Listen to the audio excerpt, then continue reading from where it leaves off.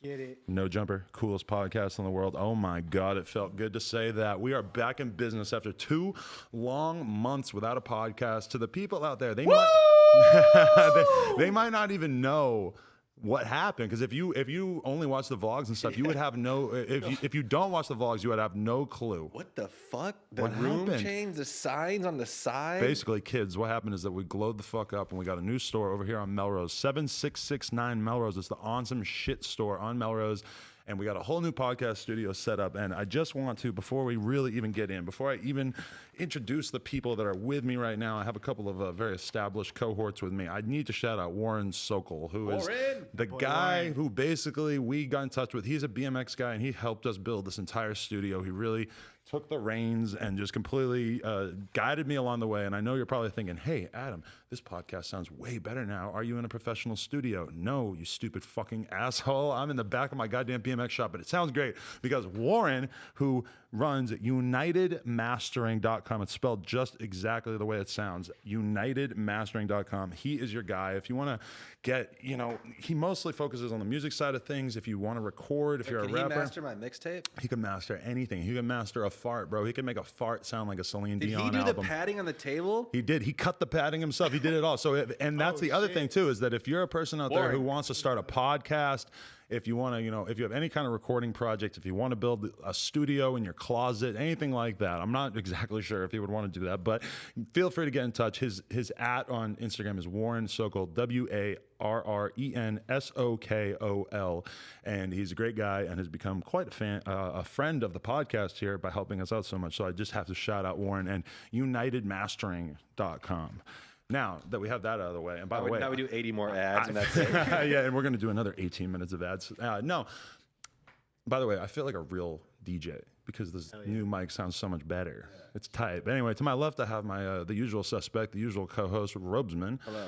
And to my right, I have Danny Wolf, who is a producer whose accolades know no boundaries. He's a very established guy, and we're going to be chatting him up today. Danny, congratulations, first off. I'm not going to even beat around the bush. This is crazy. You're the first guy back from our extremely long 2-month hiatus. Huge. Bro. I feel very important right now. I feel like you're important too because I chose you for this. I don't know why exactly. It just felt right. The energy was in the air. I was like, you know what? We got to talk to the guy behind such hits as let's just go there. If you meet a girl in a bar and she said and you want to wow her, she says, okay, well, what did you produce? What are the ones that come to mind that you have to say? Damn, I mean, shit. I don't really use that on girls. I feel like it's kind of weird, like just talking about myself.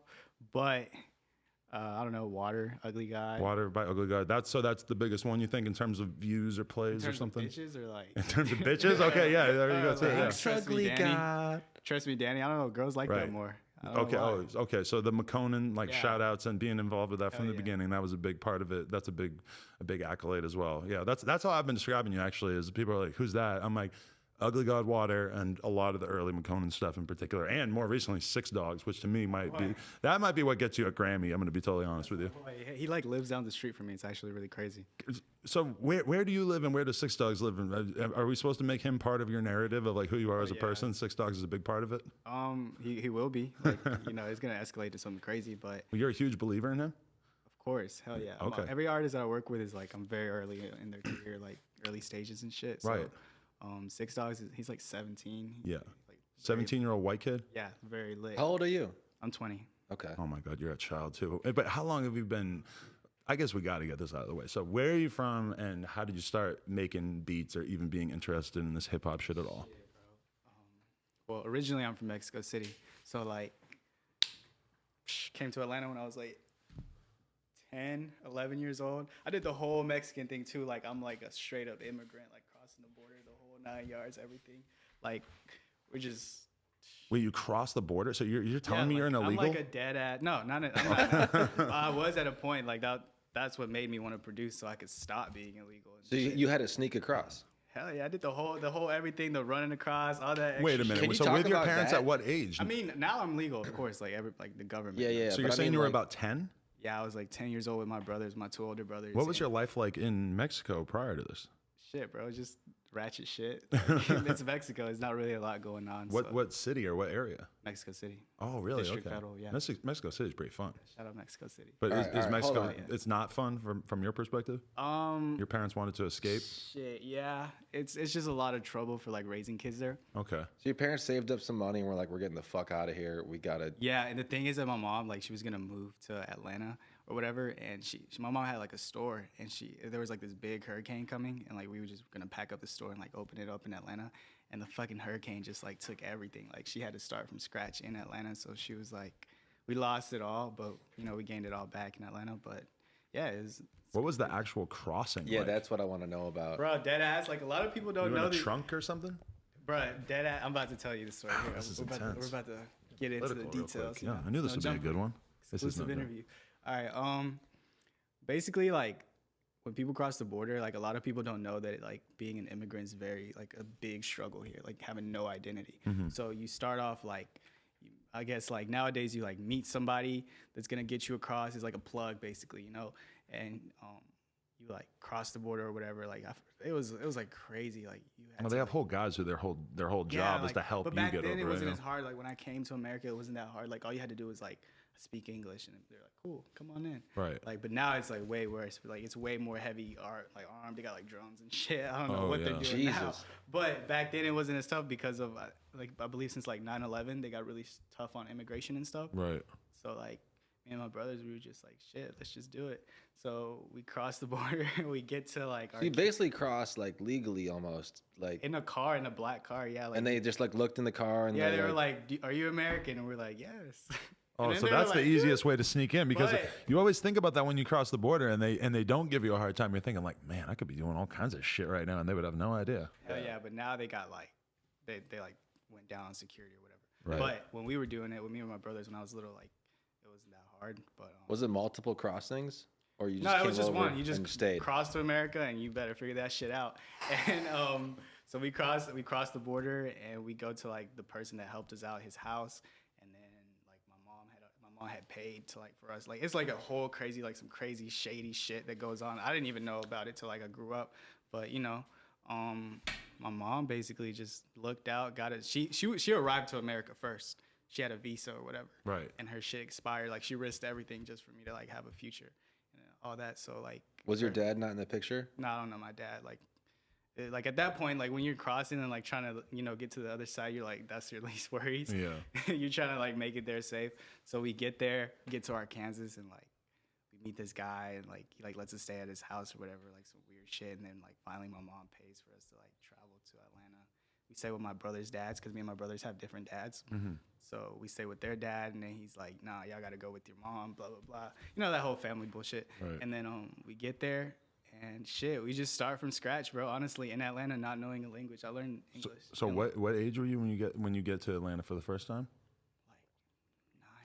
like 9 or 10. 9 Wait, or okay. 10. So were you scared? Were you happy? What was the like? Bro, vibe? honestly, I was just a kid. I was just happy. I was just like, bet we're in America. Let's do it. Like you heard shit like America's tight, and you're like, okay, I'm here. This Nah, is- bro, or I you was just a little felt like kid. it's I was better? just going with the flow. Like, Oh, okay. eventually, when I I grew gotta- up, I realized I was like, oh shit, like, oh, we're in Atlanta. Like, this is in my country. Like, once I'm like 15, 14, when like you're trying to get your license, I can't get my license. Like, you're trying to be a part of society, and then you're like, okay, now I get it. Okay. But growing up, you don't figure that out. Like, you don't realize that. You just But you're a little kid. You probably got friends in Mexico City that you. had Yeah, to was leave, it tough right? to leave for that reason? no, we just left because my brothers were like troublemakers. They were getting involved into Like bad troublemakers, yeah, like just, gang shit or fading something? People on site, like it's like fighting and shit. You ever fade anybody on site? I mean, like my brothers did. I didn't. But like in Mexico, it's just beef. It's always beef. I don't know why. It's Well, just like yeah, a it's part a of the crazy culture. ass place, Hell man. Yeah, it's yeah. just a part of the Too culture. hot. It's too hot. I think. Yeah. I went to Tijuana with my girlfriend one time, and I just like the cars just kept pulling up next to me and her with Oh, these yeah. dudes just hooting and hollering at her, and I was just like, man, if I lived out here, I'm getting killed or I'm gonna have to fucking kill somebody or Hell yeah, something. bro. Like motherfuckers are wild out there. It's lit. It's crazy. Yeah, that's so crazy. I can't imagine operating your entire life, even at the age of like 10 or 11, just coming to a brand new country. But I guess like your mom did a pretty good job of like protecting you because it sounds like you were going with the flow up until like 14, Hell yeah, 15. like my mom just kind of like played it along, like the whole struggle part. She kind of like made it fun, like because like when we came here, she was cleaning like the Georgia Dome, like Okay. on some like immigrant shit, like just like figuring out whatever type of job you can, and then eventually she just builds her way up and she owns a store and shit, and like she starts like like doing licenses for cars for immigrants, like basically helping the community and making money off of it. So she was getting banked and Hey, shit. did you believe in the American dream at that time? Like, did you just have this idea that like, oh, America is the best place to be when you were a kid? Nah, bro, I wasn't thinking that shit. You I weren't was, thinking- yeah. I was just like thinking I was with my friends, like I'm in Atlanta, like let's have fun. I'm going to school. I'm gonna go to college. All this extra shit, and I didn't really think anything of it. It was just life. When did you become interested in hip hop? Were you a rap head when you were still in Mexico? Little 10-year-old? Nah, I wasn't. When I came to, I believe, Cobb County in Atlanta, Okay. is like I started going to middle school and shit, and I just started like all my friends, like I grew up with like all minorities, like because we're immigrants, like we don't really speak English that much. My family can't speak English, like we're just like cool, and so like basically I used to like while my mom would go to work, she worked a full-time job. I would just get on my laptop and like just see what's up, and just like I heard like Waka Flocka, and I was like, yo, this shit's going crazy. So were you kind of just like a kid using the internet to sort of like understand American culture in a way? Like that was your like, way in? just to see what was cool, like what kids like I didn't even get that shit.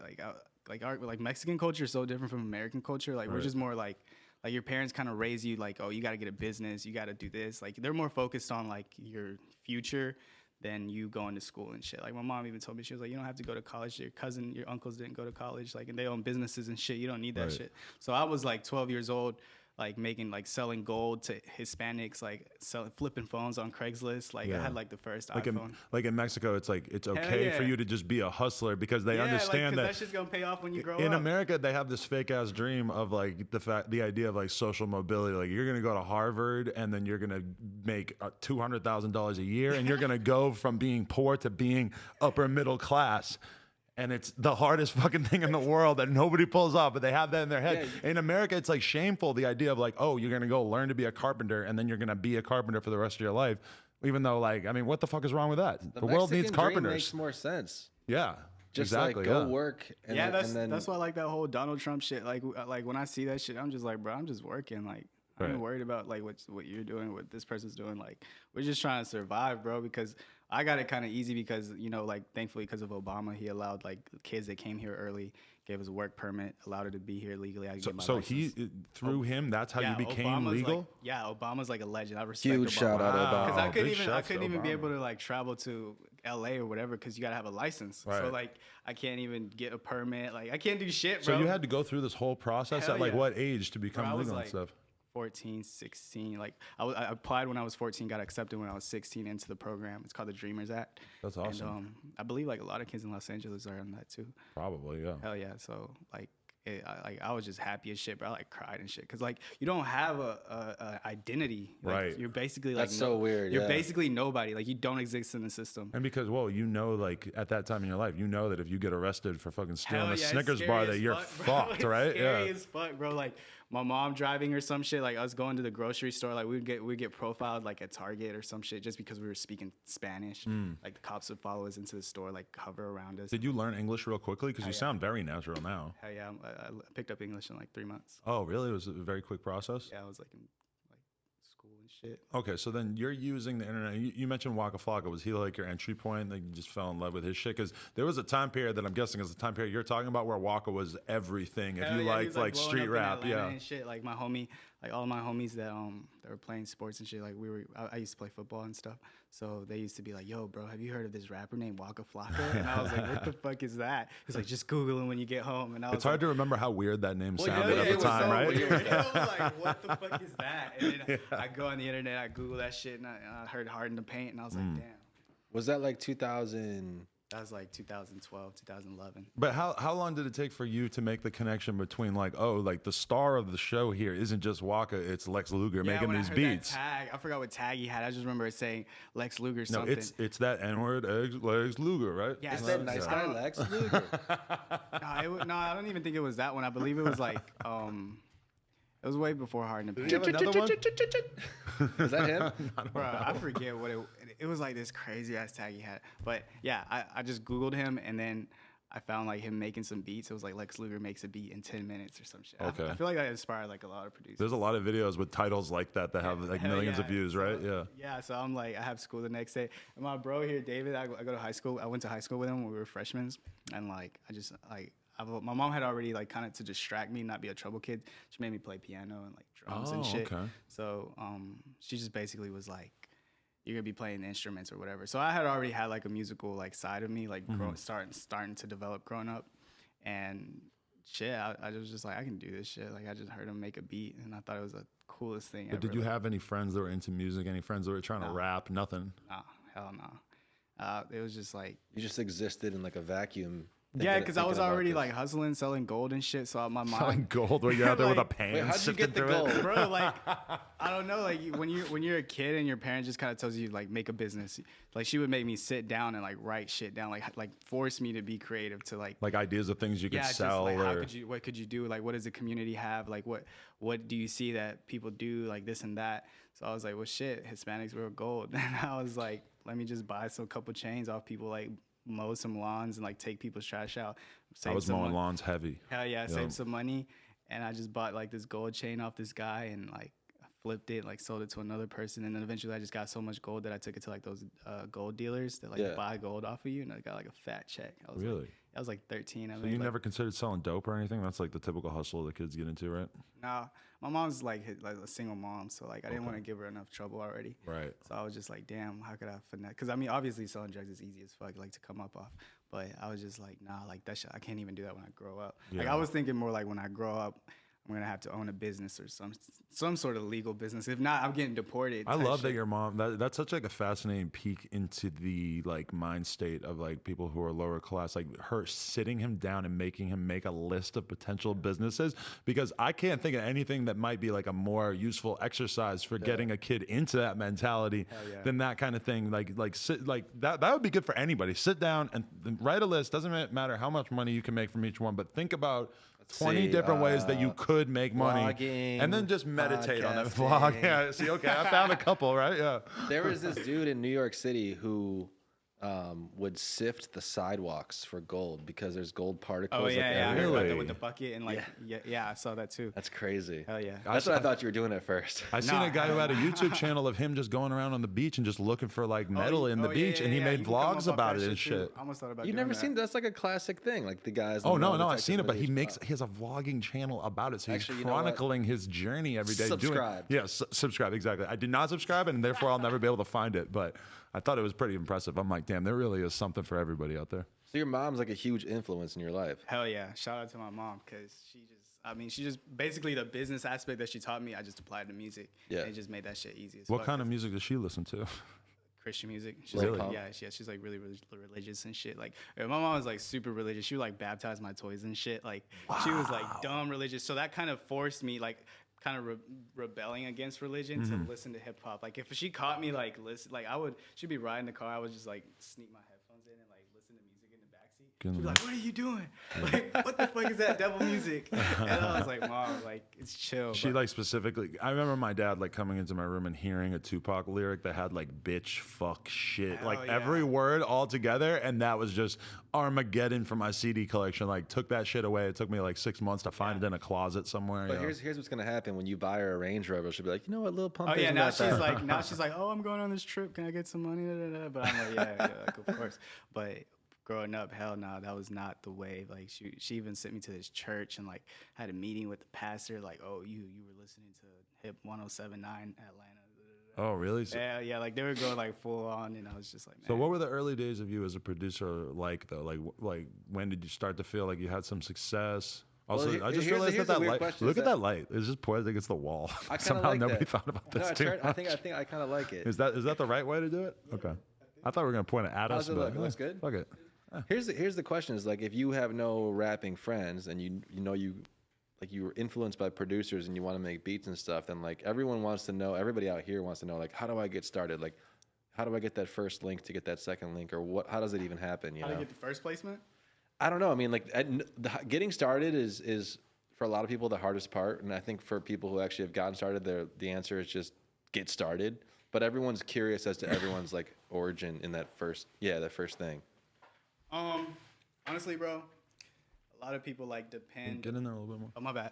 A lot of people like depend on somebody to get the shit done for them. Like, oh, if I keep emailing this person, I'm gonna get put on, or da da da. Like, nah, you gotta go and get that shit done yourself. Like, if you don't do it, like nobody's gonna do it for you. Like these people that you're trying to get this music to, like they're trying to hear that shit. They hear that shit every day. Everybody's got beats. Well, you're talking about the difference between real life interaction versus internet interaction. This is like real life experience. Like a lot of people have theories, but some people have experience. So it's like you can sit here and tell me this and that, and this is how you do it. But like this is me just being real how it worked for me. Like I first what I did, like I didn't even graduate high school because like my mom couldn't afford my credits for my high school. Like to pay it off or whatever. Like, so I don't know. I had to work like 2 jobs to pay off my shit to get my diploma, but I didn't even go and pick it up because I was like, fuck school. Like this music shit is gonna work. And like basically, I just found any way possible to get on. Like I interned for my manager. I hit up like 80 people to intern for them, and like all of them turned me down. Like some people told me you don't have what it takes to make it, blah blah blah. And I was like, fuck it, bro. Like y'all missed out. So like I never like. Just because you fail one time, don't just give up. You know, you just got to keep going until you get it right. And it takes a lot of patience, but when did you start to feel like you were on the right path, that you were making the right moves, starting to feel a little bit of success? Bro, I never felt that way. Like I still don't feel that way. Like really? Yeah, I feel like I haven't done shit, but like I got a lot more to prove. You got a lot of things on your resume. Let's be real here. Yeah, a lot of hits, a lot of artists that you co-signed very, very early on in their journey, which is that's something I talk about a lot. That's a very big deal because then you're part of that dude's story. Like you can't talk about Ugly God's story without mentioning Water, without mentioning you know? Yeah, I mean, bro, I just see it like placements. I see it like when I was little, like when I was selling gold. Like I just saw it like there's always like a bigger thing. Like there's always a bigger picture. I'm a futurist, so I don't really like pretend that I'm like the president's cool or whatever. Like try to live in it. Like I'm always trying to find the next thing. Like I'm very like futuristic about shit. I don't like just because we're doing this hit right now, that doesn't mean like I'm gonna be caught up in it. Like move on to the next one. It's just like a product. It's just like like selling gold or selling iPhones or something. Yeah. You have the iPhone 1. Cool, like I sold it. Let me try to get the second one so I can make more. Like like yeah, you got like a motor is always driving you forward. Yeah, like I just look at hits like, all right, cool, like let's do another one. Like, well, somebody like Six Dogs to me is somebody that the second I heard it, I was just like, oh fuck yeah, this is big. Like this kid has a voice that just. Hell yeah. And I think to somebody like you have like a fine-tuned enough ear that you probably thought the exact same thing. You hear it and you're like, oh yeah, that's it. Like that's all we need. Like, yeah. That's perfect. Yeah, hell yeah. Honestly. It's just believing in people too as well. Like some people, like they're always trying to find the people that are looking for clout and like, oh, he's popping. Oh, this is what he's got going on. Like, they get too kids nowadays. They get too caught up in like clout chasing. Yeah, whatever. Like I didn't even know. Like people think I have clout now, but I didn't even think I did. Like I was just like hustling. Well, you got no jumper, so it's official now. Hell yeah, clout in the world. But clout center of the universe. No, but okay, think about it like this: it's like if your idea of like being a successful producer, like if you're a fucking brand new kid and it's like, oh, you want to have beats on the Cardi album, it's like, well, newsflash, you're not gonna have beats on the Cardi album. So your best bet is to like focus on your scene or focus on somebody locally because like. Okay, Cardi's album, Pierre Bourne, like he did the fucking Young Nudie mixtape before that, and it's like that was more of like a cult Atlanta. Everybody kind of knows about it there, and then somebody like Cardi, like he got into the position that he's in now, being like on one of the biggest mixtapes of the year through doing stuff for a much smaller artist. You're saying like take a chance on someone, or someone might take a chance on you. And also taking a chance on the right person. Some people take a chance with the wrong person. Like they be with their homies, like. Oh, we got this new tape. Like it's working hard. Like they're working hard, but they're not working smart. I'm one of those people that like work smart type shit. Like, like I can make 1 beat a month, and that'd be the one that's gonna pop off in like the summer type shit. That's how you work. You want a grinder. You're not doing 10 beats a day type shit. Nah, I put more quality into it. I make sure the melodies are right, like the balance is correct. Like I don't make 1 beat a month, but like right. But you put out one a month, like maybe. Yeah, like I always have to put something out. Yeah. Like if it's not going crazy, I'll delete it and we'll get it right. Say you sit down tonight and you make a beat that you're just like, oh my god, this is the best beat I ever made. What are you thinking with it? Like who are you calling about it? Are you gonna pitch that to like a brand new guy, or are you gonna pitch that to the biggest artist you know? Nah, hell no. I just save it, and I'll just have it just in case, and I Okay. get on to the next one. And then whenever the situation's right, or I feel like the situation's right, I'm like, all right, bet I got something for you. Like, So you hit up 80 people to like intern for him. You hear a lot of no's. Do you get like one yes? yeah, my manager. Who's your manager? Nate from Mixtape Kitchen. Shout out Mixtape Kitchen. That he's got a crazy YouTube channel and shit. And I basically told him, I was like, yo, bro, like I know you hear a lot of people tell you like, yo, I got beats in this, but I went around the other way. Like a lot of kids, they just do the most cliche approach. Like you gotta have something to bring to the table for people to fuck with you. You're just not just beats. Like, So how'd you approach him? I was just like, yo, I know how to work PowerPoint. I know how to shoot videos. I know how to work Excel. Like I know how to do payrolls because of my mom. I know how to do a lot. Like I know how to work the business. If you need marketing, I can do it for you. So you had all those skill sets as well? Hell yeah, my mom has a master's in business. So Dude, she I'm very impressed by your mom. That's one thing I'm taking gotta away get from this. her She on. sounds Yeah, amazing, yeah. hell yeah. She probably won't understand this interview because she speaks Spanish. but Mrs. Wolf. we Just gonna tell put her some- mom the host liked you a lot. Oh my god. Hell yeah. we She gonna watched put some- telenovelas? Yeah. Did I say hell that yeah, right? Yeah. Okay, good. Yeah, hell yeah. That's the kind of That's the Mexican mom I'm classic. trying to be That's the down with. classic, bro. If you're Danny's mom, leave a comment. Okay, if you went home right now and she's gonna make you dinner and she hasn't seen you and she wants to make you the dinner that's gonna make you the happiest in the whole world, what's the dinner like? Well, I haven't seen my mom in like 6 years because of immigration. Oh, but really? Yeah, it's like So she got sent back? yeah. Well, she didn't get sent back. The laws in Atlanta are like, if you look Mexican, they're gonna ask you, are you legal? And like, she didn't even want to risk that. So like freshman year in high school, she had to dip. And she like, I remember that she came with a camera like to film me and shit. I didn't know that was gonna be the last time I would see her, but it was like, she just kind of knew or something, and I hadn't seen her in a minute. So I was like, all right. Next time I see you, I'm just gonna grind my ass off, and like this shit won't be a problem. And now it's not. Like I can send her money, and she's straight. But like, Could you go there and see her right now? Or, no, how come? Because you wouldn't be able to come back? yeah, it's like the whole like I don't even want to risk it with Trump and shit. Like you know what I'm saying? Right. Like I could do it, but it's like it wouldn't be smart. Like Right. we got too much going on right now. That's but crazy. I mean, I'm gonna fly her out and do all that stuff and like get her a house and everything. But, But so that you could fly her out and stuff? yeah, Like, yeah. But Oh, all she right. does. She's trying to get her shit right now. I feel like a lot of immigrants are dealing with that right now. So is the Trump thing scary for you as someone who's gone through Someone that? like me, no, but I'm for sure like somebody that's like. Well, somebody who's concerned about Yeah, like other people in I a had similar lot of fans, position. Like DM me like, yo, me and my little brother are scared, we're crying, da da da da. And I was Yeah. just like, bro, just grind it. Like if you're making money, you're an asset towards the country. You're straight. Mm-hmm. Like if you're grinding your ass off, like you're just gonna have to boss up, bro. Like that's the only option is to boss up and shit. If you can do it, like anybody can do it. You know, if I can do it, who the fuck can't? So this label or whatever, who you start working for, what was called? Oh no, it was Hood Rich, but my manager. The manager, but he's from what? Mixtape Kitchen? Mixtape Mixtape Kitchen. Yeah, he had his YouTube channel going. Okay. And I interned for him, and What was his channel? Like videos or? yeah, I mean, he has like music videos? his channel has like early footage of like Bankroll Fresh, Pee Wee Longway, Migos, Really? like yeah, like all the classic Atlanta shit. Like he's early on, just like I'm early on. He's super early on with cameras. Wow. Like I shot Bankroll Fresh for his A3C performance. So you were shooting music videos and stuff before you even got into being able to produce for anybody. Hell yeah, because I knew people didn't want to hear that shit. The little Mexican kid with beats. They wanted somebody that could do something for them. So Oh, that's really cool though that you knew that you had to kind of like sneak in backdoor with your Yeah, with your yeah, true passion. yeah, yeah. So like they weren't trying to hear that shit at first at all. Like I would be like, yeah, I got some beats. They're like, yeah, it's cool, bro. Like you shoot this video real quick. I'm like, all right, grab the camera. When did they start to give you a shot? Conan did. McConan did. Yeah, and so did Hood Rich Pablo.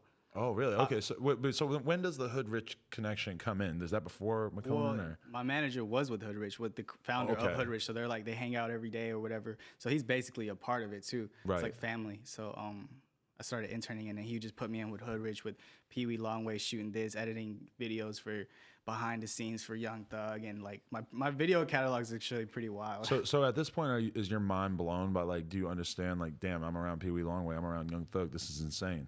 Oh, Were you jaded to it from the beginning because you were so young? Also, isn't this an unpaid internship? yeah, it's super unpaid. I had to pay from like gas and everything. Like, So what were you doing for money? shit, hustling, bro. Gold. Like, He was selling gold, I selling think. whatever I could. Craigslist, Blackberries on. That's one Craigslist, part all of the that thing that a lot of these kids watching like don't get. They'll be like, dude, I want to quit my job right now, start a Nah, brand. don't like get your priorities. that job, Yeah, yo. Keep your I was job. crazy though. Like my family hated me because I took risk. I had two jobs. I was working at a gas station and Wendy's, so I was like, man, fuck this shit, and I just quit. I didn't show up. my family was mad. Like, what are you doing? I was just like, y'all don't get it. I'm about to blow up. But I didn't even know I was gonna blow. I was just saying. I wasn't even good at making beats. I was just talking shit. Like I was like really a head ass back in the day. So like my brother when my mom left, I was living with my brother. So my brother was like, "What do you mean you quit your job?" I was like, "Yeah, bro. Like I'm just gonna do this music shit." Right. And I just put all my energy towards that, and like that's crazy. Like don't do that, but definitely keep your jobs and stuff and make sure you're good. But So McConan's the first one that actually really kind of took your beat seriously. What was that like? And what was he like when you first met him? Because he's a very I hadn't even met him. Like, oh, okay. Like it was just on some hood rich shit. Cause I hit him up and I was like, yo, bro, like, let me shoot a video for you. I'm with And Hood is he Rich. nobody at this point? Yeah, he Brand had new? like 6,000 followers. Like he was Okay. like, but I heard I don't sell Molly no more, and I was like, oh, this shit's gonna go. Yeah, that's I was that's just like Six Dogs right there, where you hell just yeah, you I hear was that like, voice, you're this like, shit's okay, he's a gonna factor. go. Yep. So I hit him on the DM, and I forgot why he followed me back. I think it was because he knew that I was with Hood Rich, and I was like, yo, bro, I shoot videos for Hood Rich and DJ Spins, and like everybody was helping McConan out with the Hood Rich shit. Like they were already with him, because Hood Rich is early on careers too. So Yeah. I was like, yo, bro, I shoot videos for them. Like, let me shoot a video for you. And he's like, yeah, you want to shoot Maneuvering? And I was like, fuck Ooh, it, hell yeah. love that song. Hell yeah. So I was like, hell yeah. So we ended up not shooting the video because he ended up doing something that he was busy with or whatever. So like a week later, Tuesday comes out. Drake remixes that shit.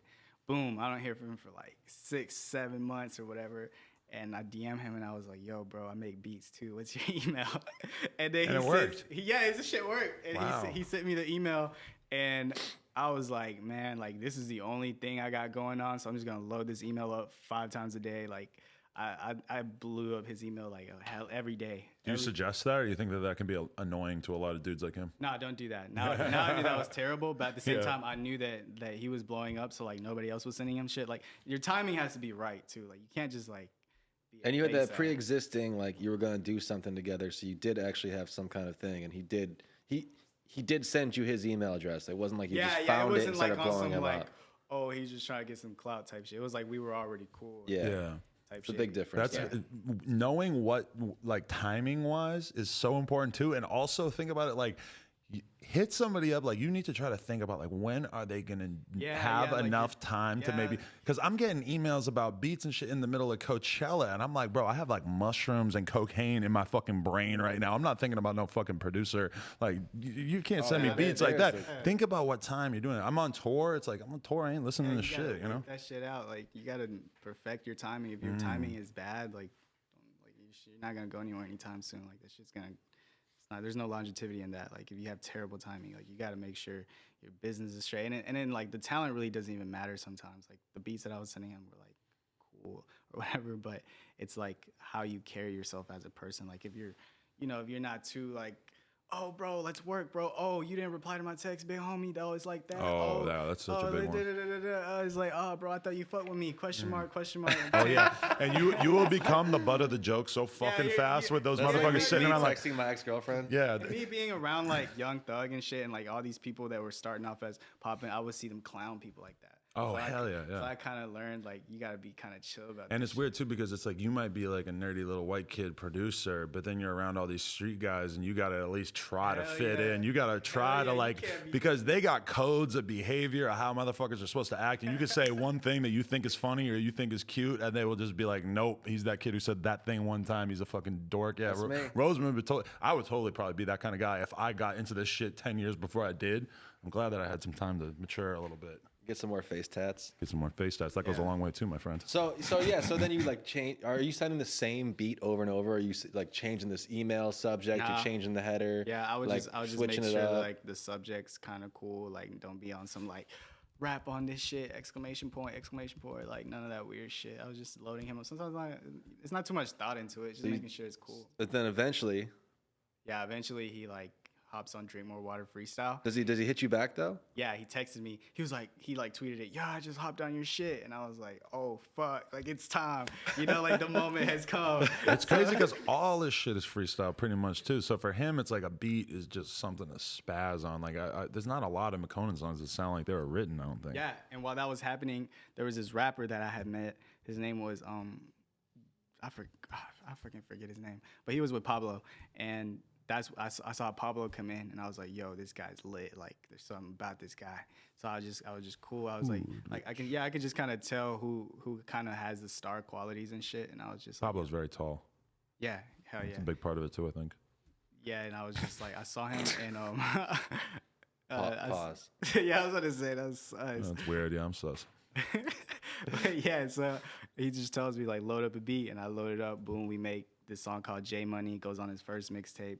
So I was early on with like not just McConan, but Pablo and Max P. Max P, yeah, that's one that you forgot to mention. I think when you talk about your most popular beats, like gang, gang, gang, gang, gang. Everybody owes you a fucking debt for that one right there. How'd you even link up with him? Just because he was with Hoodrich? Are you? When I was interning, I blogged his song on my manager's website. And like, Wow, yeah, cool. it's like That's it gets tight. deeper than like some fucking let's link up and make a hit, bro, face ass shit. Like, Right. I was just like, yo, this kid's going hard. Let me post him because my manager, while I was interning, he was like, I need you to run my website. So like, I was making sure that I was posting cool shit. I would get on websites and see who's up next, blah blah blah.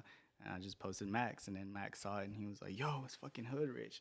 He like finds my contact somehow and calls me. And he's like, "Yo, let's work." And I was like, "Bet, let's do it." And was that the first song? That's just what came out of it? The Yeah, song is that was like the beat. iconic as fuck. Yeah, I just gave him that beat. Like I just sent him an email with a beat, and then I was just like, But it's crazy because you make So- 5 million songs and then that one just fucking went crazy. I you feel know? like up until this point in your story, you haven't actually even been in the actual studio with the artist. It's mostly just no, it was just like timing. It was just Yeah. timing shit, bro. Shit that you can't plan out. Like posting him on a site, I didn't think we would make gang off that. But I mean, it's, it's just favor from God and little things like that. So you caking off something like that, like a record like that, because that was on TV. Yeah, I was on Atlanta and shit. And so at what point did you always have your business in order in terms of like, or do you still get fucked over as a producer in terms of like artists just using your Well, shit? that's a good question because like you just send a guy a beat, he just raps on it, Yeah, puts it anything out, could and now happen, it's right? popular, and now you have to work out the deal, right? And half the time they forget who the fuck produced it, and it's like all kinds of shit happens, right? Yeah, but since I have more to offer to artists than just a beat, like I'll make sure that,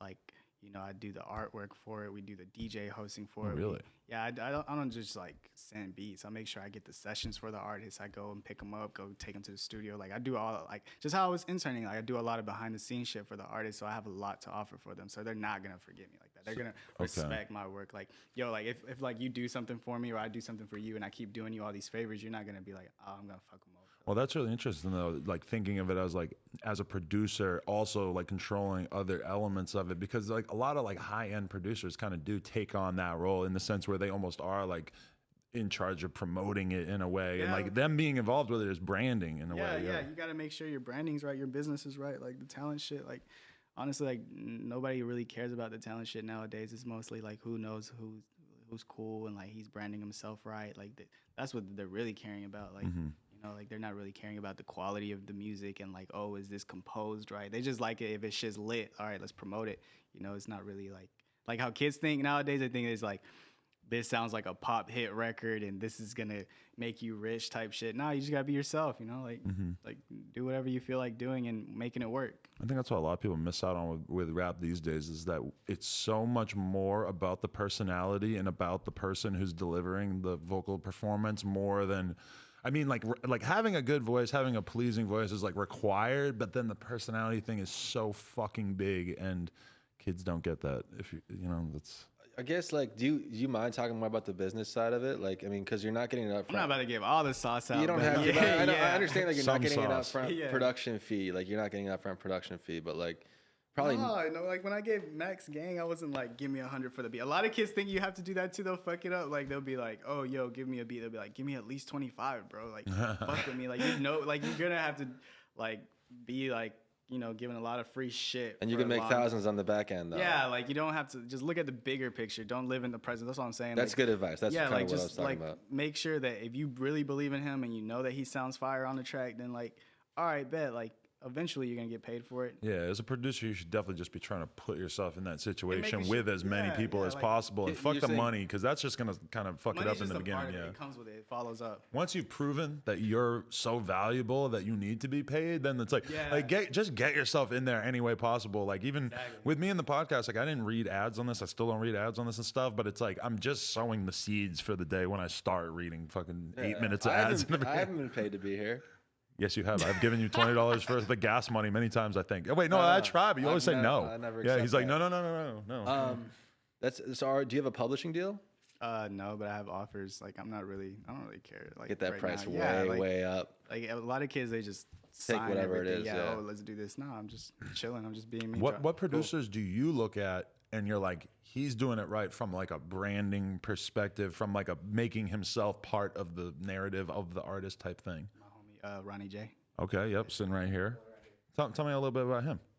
Ronnie's just I hear his name fucking constantly legend, now. bro. Like XX and Ski Mask and like Lil Pump, all that shit. He's like really like a Florida pioneer of that sound. Like all these kids are trying to sound like him and shit. Like Right. I fuck with that. Like I fuck with somebody that has their own business and their own brand going. Ain't no dick riding shit. It's So are we just- blaming Ronnie J for the distorted bass steez that's taking over the world right now? How do you feel about that? You said it, bro. You said it. Hell yeah, What? you just nailed that shit. You're to like- blame for it? Yo, because Warren over here took a little Pump song and fucking remastered it because he was like, yo, man, like, I don't know if they know that the sound is, and I was trying to tell that Warren, shit I'm like, sound hard. Warren, I think that they kind of like that. I'm not, No, it's just that shit is fire. It sounds fire, so you gonna drop it like that. Like, Yeah. like Ronnie J, that would be a fucking wild ass interview. Was Ronnie J influenced by Sleigh Bells at all? Do you know Sleigh Bells? They got real fucked up. It's like Pitchfork indie type rock, and they did real fucked up like guitar distorted amps. Like it sounds like the amps are broken, basically, and shit. Pitchfork.com over here. No, I don't know about your weird white Well, I cult just music. when I first heard X, I thought I was like, oh wait, is that like Sleigh bells. I have no idea. I've never heard of that. okay? I don't know. It's cool though. I'm sure it's great. But well, so that is. So how crazy. do you guys link then?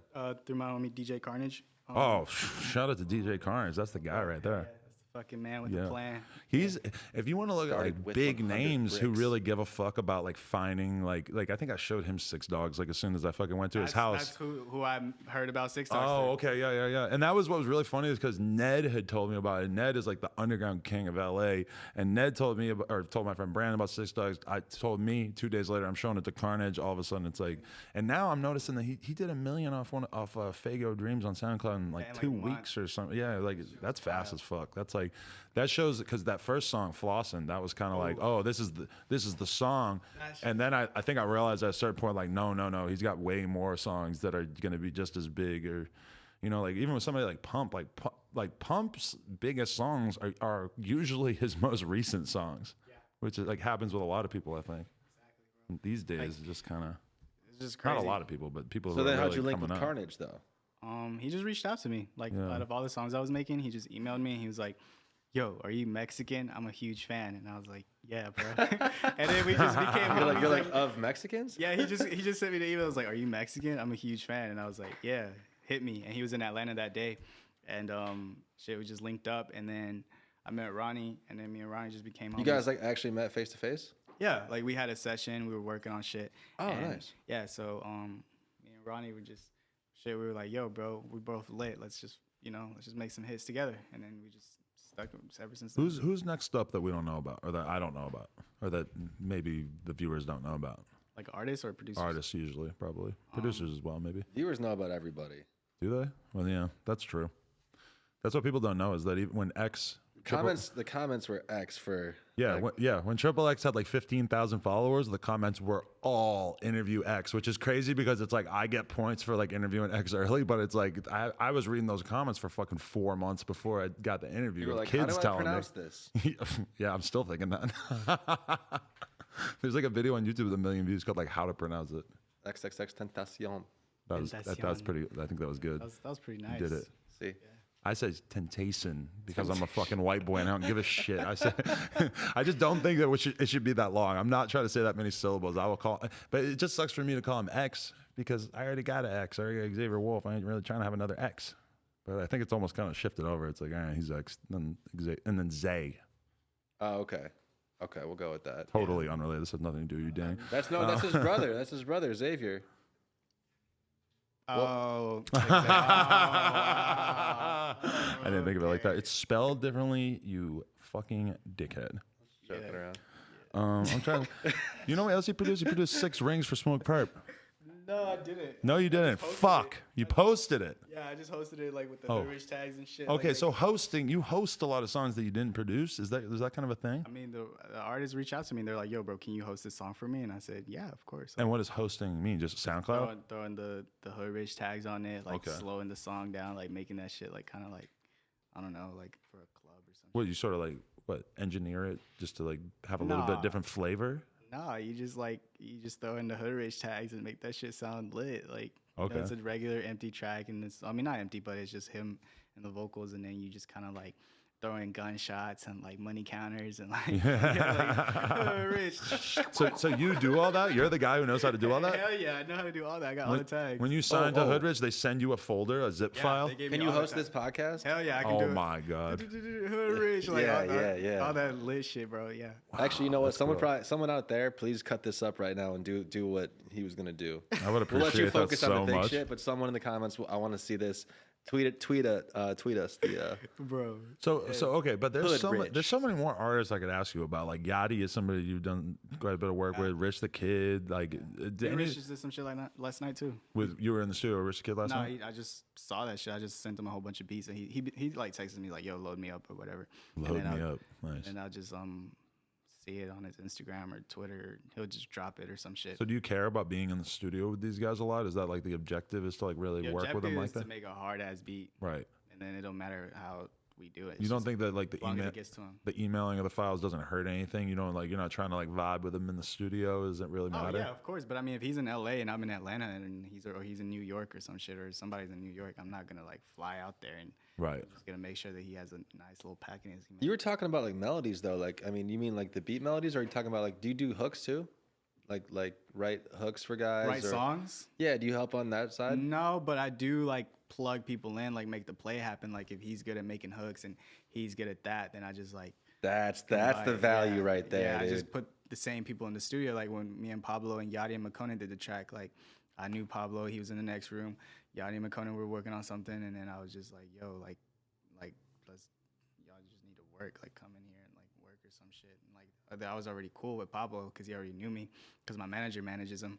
So you know, it's just like making the plays happen for Yeah. artists. That's why I was saying like they'll give you credit because like they know that this shit wouldn't even be about if you weren't in the room type shit. Is that a big appeal to you though? Like, oh, I'm gonna be able to take these different dudes and put them in the studio together, and therefore, like, because that's kind of like appealing to me. Even just the idea of like, oh, I'm gonna put this dude and this dude on the same show, and that's dope as fuck because then they're together, and that's kind of like the same thing when you're talking about, you know, When like I do putting it, a record together. I don't really like think of it. It's more in the moment. Like it's just more like we're here. Like why not? Like type shit. Like it's more like.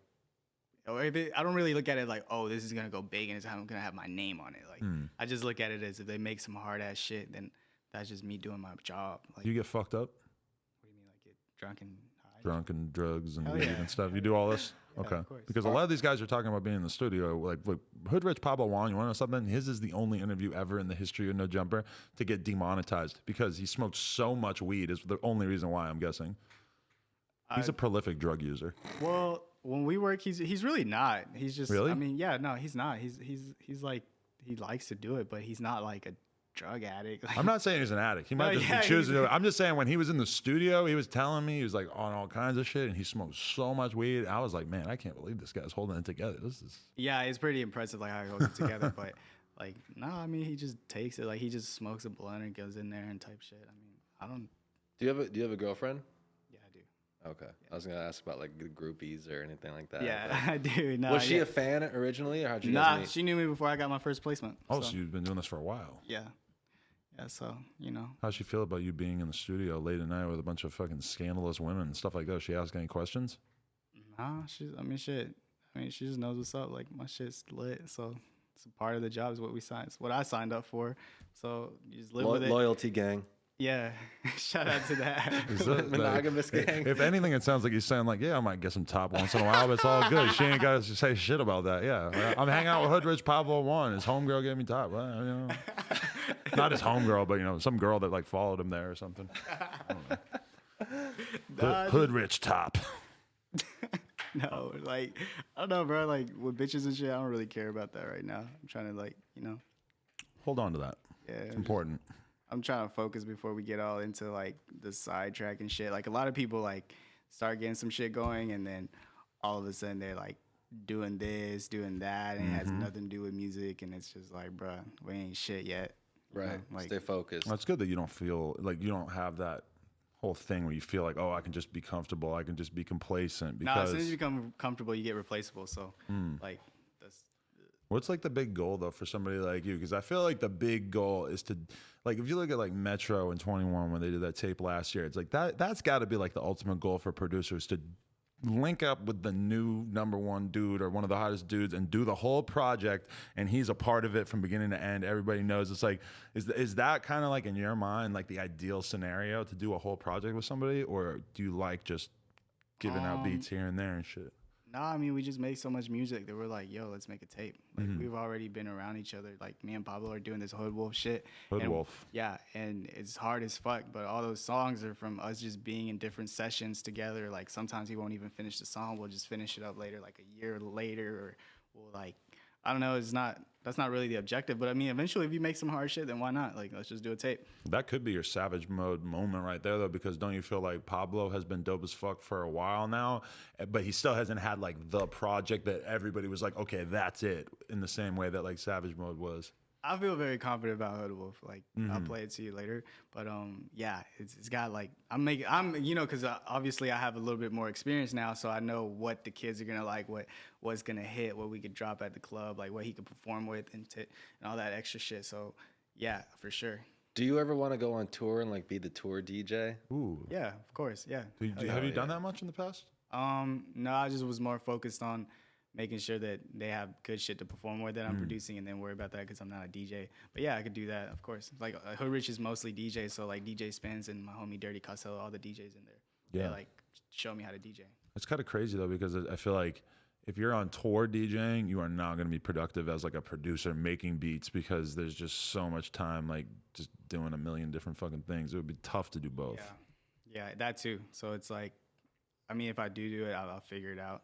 At that level, you get you're a DJ and like DJ Esco, and then you have your own DJ, so you can just like stand and watch him DJ while you're doing the DJ set. Okay, but that's Then the you get your difference. own Is that producers, you have guys under you. there's different types of DJs, because there's like a DJ who just goes up there, plays shit, people go off, whatever. And then you have Esco, who is basically like a fucking, he's a rapper who ain't rapping. He's running back and forth. He's like a hype man who's making the crowd go crazy. So of course he needs his own DJ. But that is such a specific thing to want to go into, is to be the hype man, because Esco will go out there and turn that shit up Yeah, for like fucking. that's what I was gonna say. If anything, if it benefits everything, then hell yeah, we're all for it. But Yeah. if it's just me like, And him doing that is like why he's like a valuable fucking person in terms of like going and playing clubs and doing big ass shows and stuff, Yeah. is because he has that fucking energy raising to say level. that, yeah. But there's a million dope producers that #1 probably couldn't do that. #2 probably don't want to do that, you know? Yeah, that's a good point. That's a good point. But I was just wondering kind of also about like, you know, you look at some of these guys that have like whole camps under them, like Dr. Luke or like Max Martin or something like that, or like they're like songwriters too and stuff like that. Do you see yourself expanding into like a collective, Like my own- like running like a collective or something of like producers. That? Yeah. Yeah, for sure. When I'm older, hell yeah. Like I'm definitely gonna still be a part of everything going on. But right now, I feel like, shit, I got this shit ready. You know, like I got a couple hits. You know. Do you have any songs you rap on? Nah. Not You're committed not to never deep rapping? in the computer. Nah, hell no. Like maybe like I'll fuck around and like say some dumb shit, but not like Yeah, I love I love a freestyle like here and there, like me and the homies, and like Yeah, there's just a, like some yeah, that's dumb- fun as fuck. that but shit's- but not when I'm for doing that, real. I'm terrified that somebody's gonna bust the iPhone Yeah, out and capture the yeah, not, like, insane lock things me that are in, coming bro. out of my brain. Yeah. Yeah, because the second you go rapper mode and you're not a Oh, rapper, yeah. you just think like, what would a rapper say here? And then you start saying the worst shit for some reason. Yeah, it sounds really bad. No, because Like, it right, sounds really bad, right now yeah. we're non-rappers, but as soon as I spit one whack verse, I'm a whack rapper for the rest of my life. You're a trash ass rapper. It's like no, I never rapped, and I'm holding on to that for dear life. That's a good point. That's a good point. Because it's just so much better to be good at what you do than to do a bunch of shit and be like, all right, at like a bunch, you know, it's like you just got to pick one thing and hone in on it, I think. Unless you have, I mean, there's plenty of producers who are good rappers, you know? Sonny Digital's fucking dope, man. Yeah. People don't give him enough credit. I want to say that. He's pretty lit. Anytime Ronnie he's on J a is track, he too. does He's pretty good. Yeah. Carnage is pretty good too. I've heard. I've Heard that Guala Guala? It's I've fire. heard that. I've heard a bunch of stuff. He has a song called Zan Man that he hasn't put Ronnie out. made that. We were just at Oh, the video really? shoot for that. That shit is hard. Carnage has some shit, man. But at the same time, when I'm listening to it, I don't know if it's just like I'm in his studio. I'm like, this is the best studio I've ever been in. I don't know if I like this music just because the studio's so nice, or if it's actually good. It's got to Nah. be good. I'll give him the Nah, benefit of the doubt. Yeah. When I hear that shit and like I don't be bullshitting people. I'm like, yo, this goes, bro. Like, You know, our close personal friend of the show, Diplo, actually did a rap one time with Did he? Andy Milanakis and Dirt Nasty. Really? Yeah, See, we that's are- the we are look I'm trying to farmers. not have is like go do a song with like, you know, kind of just be like a funny rapper. I'm definitely not going for that look. If I'm on a rap, Oh, I'm gonna be like Diplo's rap was Fredo. I'm gonna great. be on the trap with like 20 pints, all that. That's the kind of rapper I am. He really thinks he's a rapper. He really thinks he's a I'm starting rapper. to really That's why I don't rap. want to fuck it up and rap. It's amazing. He thinks he's the best writer and rapper. Yeah, Well, have you- you tried to like freestyle in the car? Like, you know, like let me try. Oh, this shit hell out. yeah. I could rap my ass off. You want to know what's crazy as fuck, too? Look at Ronnie J showing maximum respect to the cat by standing up to roll a blunt instead of pushing the cat off the couch. No cat respect. Respectful Ronnie J. True respecting felines hours. Wait, what were we just talking about? I felt like we were on something good. Rapping in the car. Oh, rapping in the car for sure, yeah. I mean, Everybody needs those moments sometimes. but that's what's fucked up. Okay, like in the duration of being on that tour with Smoke Perp and Lil Pump, there were multiple different moments where I just gave them a bar. Like I thought of something funny in my head and said like, yo, you should say this. And like after a couple of them, Pump started to be like, yo, Adam, man, like for real, your Kinda shit is fire kind of with it, bro." funny, bro. Like you're really correct. I'm like, no, this is for you. I'm giving this to you. Trust me, it's better that you say it than that I say it. I ain't saying it. Shit, sometimes you need that. Yeah, This is basically this podcast for like the past 10 minutes has been about not rapping. that's true. That's true. I mean, but like, I don't know. I feel like, you know, as this podcast, you know, in general, mostly focuses on rappers and stuff. I always just assume everyone here, like, low key has a part of them that, like, Yeah, like maybe if I really did it, like, I could be a rapper. Yeah, You know. yeah, but I don't want to like type shit. Like, yeah, I could be a rapper. Well, there's so many people throughout history that have like tried to rap and just done like auto sales commercials of some 45-year-old white guy Well, it's and the he's lowest, rapping. it's the Shaquille O'Neal or lowest some barrier to entry of like any Yes, kind because of art anybody form. can do it. Like if just you not become well. like famous Just need for a fire whatever, beat. That's all. yeah, you're not going to like, hey, I'm going to try opera. You think if you take if you I'm a take the rap. Cardi mixtape but you replace Cardi with Roseman, you think people would still be like, man, this shit kind of fire. Shit, Like the beats nowadays are with so the, good. With the internet, you never know. Like that shit might just go viral. Cardi ain't doing that much on that tape. You know, he's not doing such a like amount of talking that it's real. Like I feel like maybe you could kind of fill in the blanks. Like I don't know. Did you hear the new Kendrick? The damn shit. Yeah. I heard a couple songs of it. I listened to it 3 times yesterday. Oh, I was going I to still gotta say, hear it though. Yeah. I heard it's really good. it's good. There's a lot of there's about 4 or 5 songs that I'm like, I love those songs. And then the rest of the songs I'm like, eh. Like that shit he did in reverse or something. I thought, Yeah. thought that was pretty impressive. Yeah, he's good. I don't know. I'm just kind of. I feel like I just need more time to spend with it. But then it's like I don't really want to spend that much time with it because I'd rather be listening to like Six Dogs and like fucking whatever is on my SoundCloud likes. I DJ don't know. Lucas. DJ, Oh shit! You know DJ about- Lucas is Oh, fire, hell yeah. bro. DJ. Bro, I'm going on tour with him. Jump like jump. Ballerina look like Jump Man. Where the oh, sidewalk bends is fire. Fucking, he's got so many. He sends me. He's got like a country album coming out that he was telling me about and shit. I'm about to go on tour with him, bro. You want to work with DJ Lucas? Hell yeah! All right, DJ. Lucas, Oh if my you're god, I would listening to this, love to set please that Nah. up. Follow me on He makes Twitter. hella beats too, though. He does all the beats for all the Dark World dudes that he raps with. I don't know if he's really like with them that tough anymore, but he DJs as well. So He's about to Lil Peep the Dark World. dude, there's a whole Fader video about DJ Lucas and his Dark World collective. Like, isn't that like his YouTube channel or some shit? Like his label? Yeah, that's his like label / YouTube. But I thought I was one of the first people to find out about him or whatever, and then I realized that there's this Fader video, not the first one, but you know, people Oh, that you are thought like you had dibs. spreading them out. But then I realized there's a God, Fader we video didn't know about that him from shit. like 6 months ago or something, him and his whole little crew. Dark World, such a like a fucking intense name. Sounds like Psychopathic Records, like ICP type Well, if shit. you've been to Western Massachusetts, it is kind of a dark fucking existence out there. There ain't a lot going on out there. Yeah, I saw those videos. They look kind of like a little empty or There ain't something. a lot up there. Yes, it's got a certain vibe. But at the like- same time, it kind of makes his sound look cooler. yeah. Listen to his lyrics, bro. Like some of his lyrics, like he taught on Ballerina.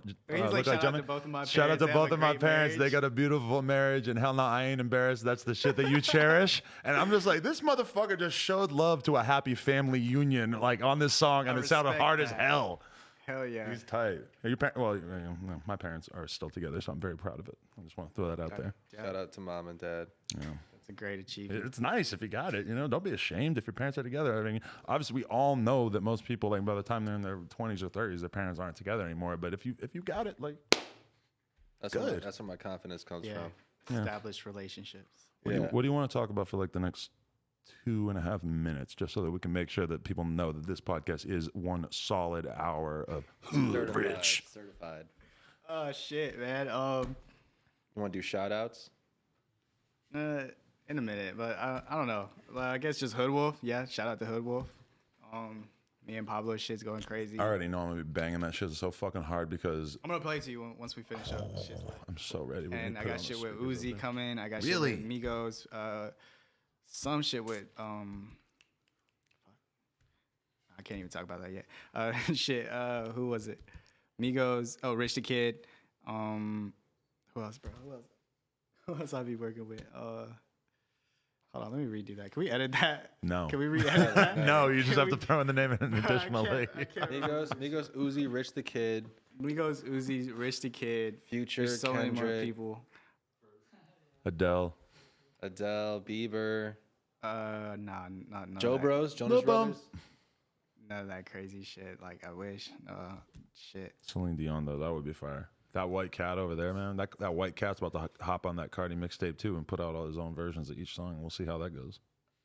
The cat goes hard. That cat has bars. Oh, Six Dogs too. Six Dogs. Okay. 6 Dog Yeah, already. for sure. Got Mozzie, that new one. Ooh, Oh yeah. that song's fire. Prada Shades on. I can't see you. Oh shit. Oh yeah. I just got word about the fucking Wiz Khalifa record we just did with Polari and Lil Yachty for Diamonds.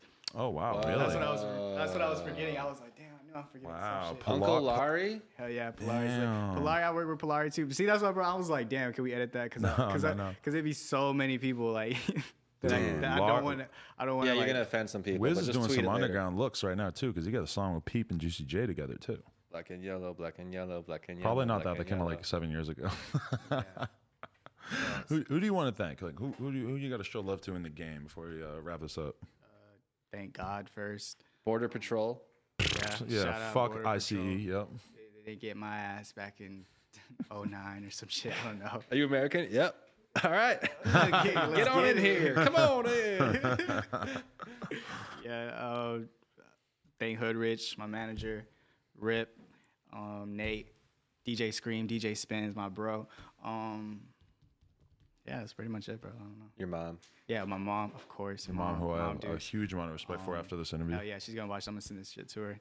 Like, hopefully, it has Spanish Well, subtitles. yeah, if you're a Spanish speaker out here, feel free to subtitle this podcast because that's something that, I mean, just Google like how to subtitle a YouTube video, but you can do that. And people have done it, not for my podcast, but for other ones. And that would be amazing because really, like, our views are almost always only from English speaking countries, like barely from other countries. And if it was subtitled, that'd be pretty fucking sick. That's bueno. A lot of work, though. It's not lit. Hell yeah. Hey, shout out to the Mexican community. We got mad love Hell for yeah. you. Low key I'm out Mexican. here representing y'all, man. Hey, I didn't even know. I thought you were white, dude. Nah. No, I'm very glad that I know. That, so I start speaking Spanish and shit. Yeah, if you're yeah. in LA, you're Mexican. That's just Right. how it is. Yeah, like hella We're- kids be we're- showing me love. all Be of like hella us. Mexican kids skating like 2 miles to come see me. I'm like, Because the Mexican kids, if you go to a rap show in LA, it is fucking like 80% Mexican kids. So if you fucking are in the culture and you're a Mexican kid, dude, they fuck with you hard because that's like, they're yeah. like, you know, they know that's their shit. Yeah. Yeah. going hard for all those little Mexican kids. That's why I'm going hard for them too. I always, whenever we play in LA or whatever, I'm always like, who out here is Mexican? Raw! The whole fucking Oh, crowd shit. screams back because everybody's like at least like 10% Mexican out here, you know? Yeah, everybody knows a Mexican or is cool with one. Yeah. Shit, we out here, bro. You know. We're really out here shining Everybody hard, knows a man. Mexican. yeah. Hey, Danny Wolf, man, it was dope as fuck having you on the podcast, dude. and I appreciate it. we Thanks for really breaking the appreciate it. hymen You're, of you're the new our studio. first guy back. It's a big deal, man. I'm happy. You popped the hymen on the new stew. And if you don't know, get your ass on SoundCloud, get your ass on YouTube, type in Danny Wolf and figure some shit out. Get your act together, basically. Huge thanks to my man Roseman right here to my left. Thanks to Ronnie J and everybody else for coming through. Jay produced it. Hey, I had to do it. hey! Shout out to all the DJs out there. Everybody who wants to make some beats. Hopefully you were a little bit inspired by this podcast. You can check us out on YouTube, SoundCloud, and iTunes. Hit us with the like button, hit us with a follow, and make sure you check out Danny Wolf on all logical social media platforms. We're We're back. back, baby. There you go. All right. Beautiful. It felt good in the new stew, man. I loved it. That was amazing. No roll and everything fine? What's that? I just clicked save Yeah, you want to hear Google? now. Yeah. Well, actually, check it out. Not do that anymore. Turn those off. The on button off on this guy. You're gonna go home and Yeah. think about 50 other things On you, this one? you should have said. Yeah, that's what I was doing. I was like, bro, Take it out and record. I'm not even gonna think about what I got to say. If you don't fuck with me, you're a stupid dumb idiot. If you don't fuck with me, you're a stupid dumb idiot. I'm ballin' like an alpha.